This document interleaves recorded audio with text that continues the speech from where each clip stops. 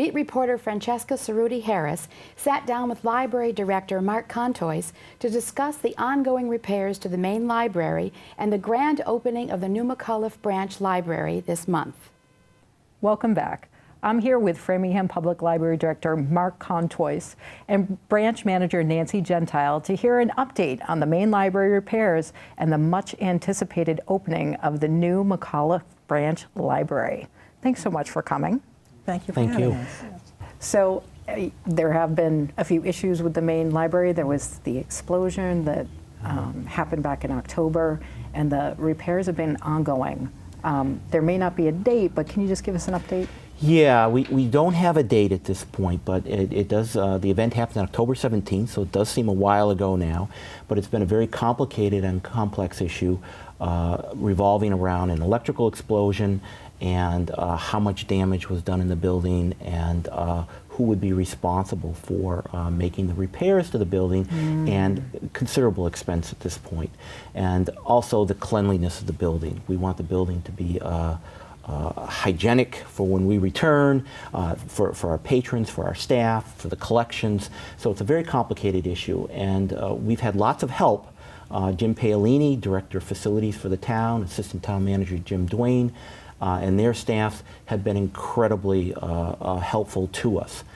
The other thing we've learned is you really don't know how many friends you have until you need them, and we've discovered that we've have lots of friends here in the town of Framingham because we've had to move our library services all over town. The Boys and Girls Club, we have programming there, the Callahan Center, the schools, the parks have offered us space, and of course we have that pop-up library over at St. Stephen's Church.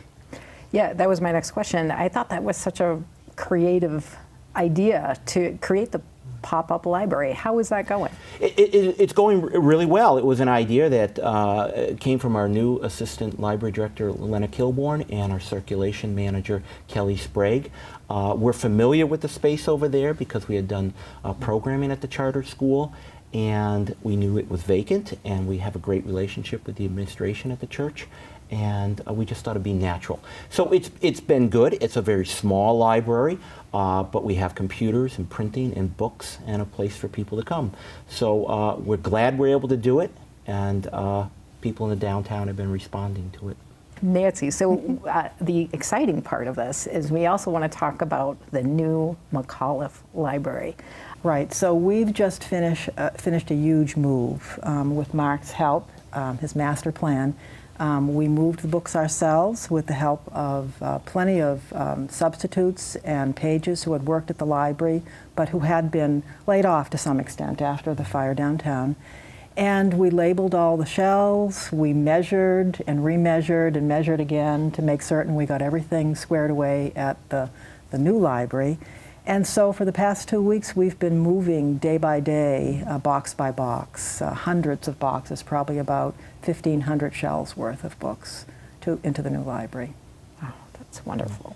So the open house is planned for February 13th, and what can people expect when they come out? Right, so that's one of these things where you walk in and you just browse the whole area. You get to walk into the back offices and see what's going on there.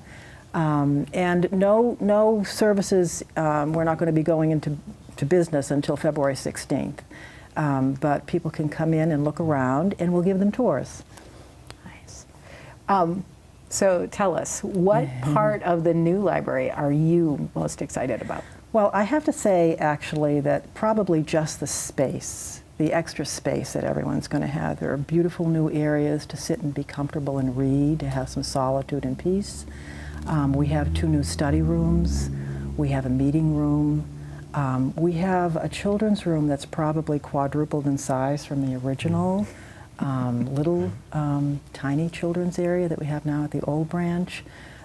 We have a beautiful soaring high ceiling in the adult reading room. We have a teen space that's dedicated, which we didn't have before. And actually the beam that the supporters signed at a special, I guess you'd call it a little party of signers, is in the young adult room.